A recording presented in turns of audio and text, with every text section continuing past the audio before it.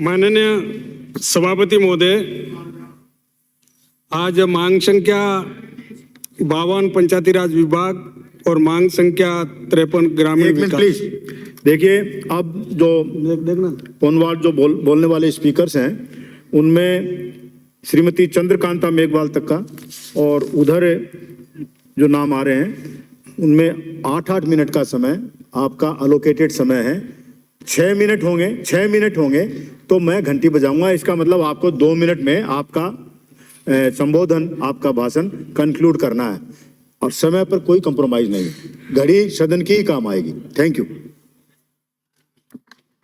हमारे सभापति महोदय, वैसे हमारे पंचायती राज मंत्री बड़े सक्षम हैं, अनुभवी है, जानकार है।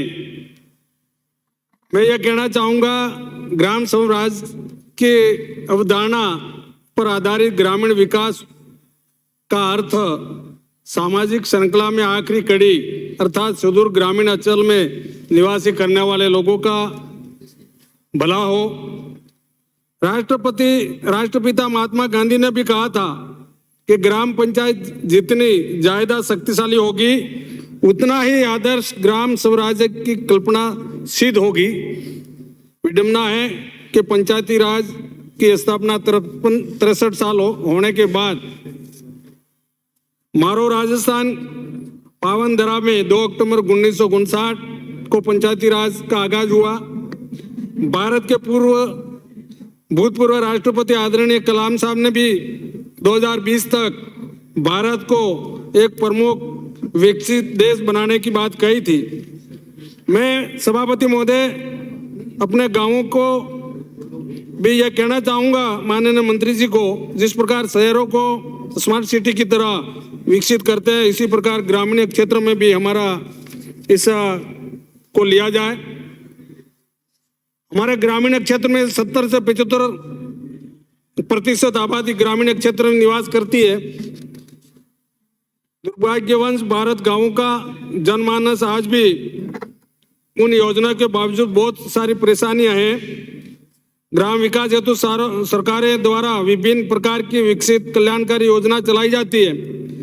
हम देखते हैं कि आए दिन गांवों में लोग अपने रोजमर्रा के छोटे मोटे कामों को के लिए विभिन्न कार्यालयों में चक्कर काटते हैं। कार्यालय में कर्मचारी भी लोगों को भटकाते हैं। ये इसको भी थोड़ा मंत्री जी देखें। कभी सर्वर नहीं चलता है तो कभी कहते हैं साहब छुट्टी पर है, और इस प्रकार के लोगों को बहुत भारी समस्या आती है। उनका मान सम्मान किया जाना चाहिए और आर्थिक, सामाजिक और ढांचागत विकास करना चाहिए। मैं यह भी कहना चाहूँगा सभापति महोदय, मंत्री जी से निवेदन करूँगा, आज भी कई गांवों में डाणियों में मूलभूत सुविधा से वंचित है। गोमंतु जातीय गाड़िया लोहार हो, जोगीनाथ, कालबेलिया सहित अनेक उनका पुनर्वास करने की जरूरत है। लगातार बढ़ती हुई नशे की प्रवृत्ति को हमें ध्यान देना चाहिए। माननीय सभापति महोदय, गांवों में सुविधा हेतु उपलब्ध कराई जाए सरकारी समितियों का। मैं यह भी कहना चाहूँगा कि जिस प्रकार से गांवों में कई प्रकार की समस्या रहती है, हम विकसित भारत का सपना तो देख सकते हैं मगर इस सपने को पूरा नहीं कर सकते, इसको भी विशेष करके ध्यान देवे। मेरा आपसे ये निवेदन है। पंचायती राज संस्थाओं को सशक्त करने के लिए 73वें संशोधन हस्ताक्षर करने के बाद 2010 में 5 विभाग माननीय मंत्री जी के पास है, बहुत बड़े बड़े, लेकिन आज ट्रांसफर का हो, पदस्थापन का पैतृक मूल विभाग ही कर रहा है। उसको मंत्री जी वैसे सक्षम है, चाहे शिक्षा विभाग हो, पंचायती राज विभाग हो, इस प्रकार के जो भी है वो आप देखें। मैं यह भी कहना चाहूँगा, महानरेगा के अंतर्गत बहुत आपसे आशा है, उम्मीद है कि इसमें जितने भी गाँवों में सड़कें का निर्माण हो, नए सीसी रोड हो, इंटरलॉक हो और नदी नालों पे रपट और पुलिया बनाने की जरूरत है। अगर आप इसका विशेष करके ध्यान देंगे तो गाँवों में बहुत बड़ा बदलाव आएगा। मैं यह भी कहना चाहूँगा कि गाँवों में आज शमशान घाट के जाने के लिए सीसी रोड नहीं, शमशान घाट विधिवत नहीं बने, और वह सारे देसी विदेशी बम्बुल उगे हैं हुए हैं, उसको भी एक आदेश जारी करके उनको हर तरह से उस अंतिम जो हम जाते हैं उस वो रास्ता भी सुरक्षित हो। मैं आज कई स्कूलों में शौचालय नहीं है, कमरे टपक रहे हैं, इसको भी नरेगा में लिया जाए।